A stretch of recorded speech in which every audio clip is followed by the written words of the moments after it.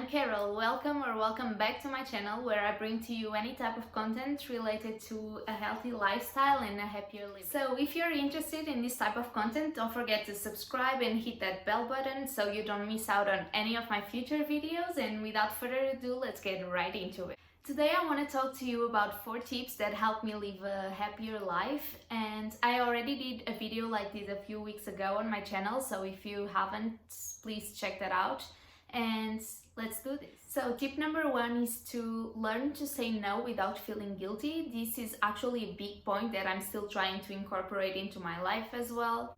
Do you know when you don't feel like doing something or being with someone, but you end up doing it anyways just because you feel bad about saying no? Yeah, that used to happen to me a lot, and it still happens to me from time to time.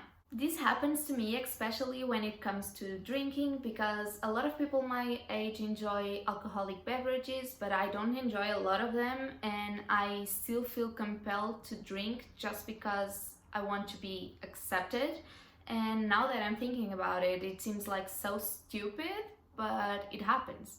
Let me tell you what I found out anytime I gave in to peer pressure. I felt like crap. Like I was trying to become a whole different person just to fit into this stereotype that society has of 21 years old. The truth is, you don't need to always be up for anything just because you are afraid that by saying no, other people will judge you or stop being your friends, because if that happens, they weren't your real friends anyway, so what do you have to lose? My next tip for you is easier said than done, and it's to accept when friendships or relationships don't work out.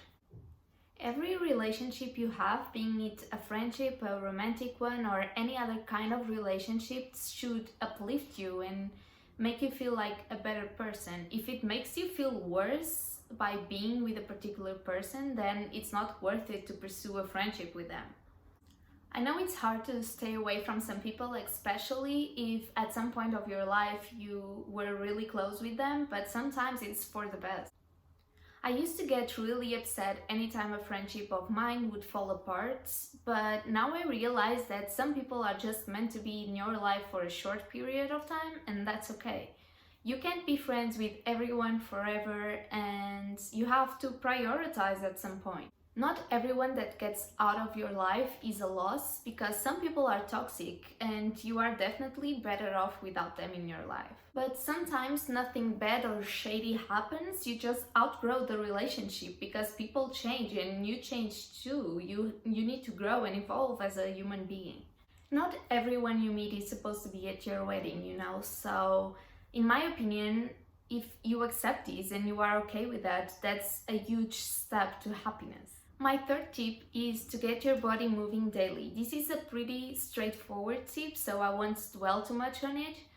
Basically, every time you exercise, you are enhancing your physical and mental well-being by the release of endorphins. This doesn't mean you have to run a marathon every day, but every type of exercise is better than sitting on a couch, even just going for a 10-minute walk every day, and it's also super easy. After you consistently incorporate any type of exercise into your routine, you will start to notice that your mood gets better, you have a more positive outlook on yourself, on others, and on life. And you sleep better, you just feel better in general, like everything's good, life is good. My last tip for you is to do a social media detox once in a while. It's actually weird because social media can be both good and bad for you.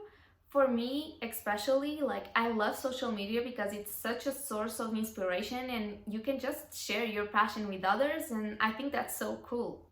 However, and I speak from experience, it can become really dangerous for your mental health when you start comparing yourself to others on social media.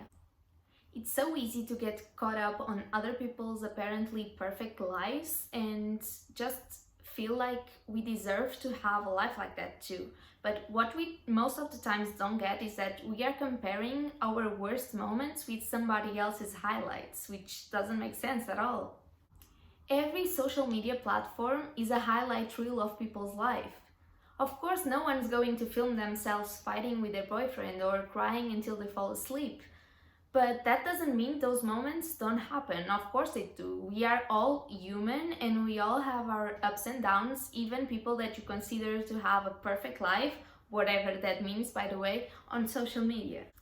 The way I found to stop comparing my life to others that I follow on social media is to do these little detoxes once in a while, especially when I feel more down about something. For me, this means leaving my phone someplace I can't constantly check it, and therefore I won't be on social media for a couple of hours or whatever time I need, really.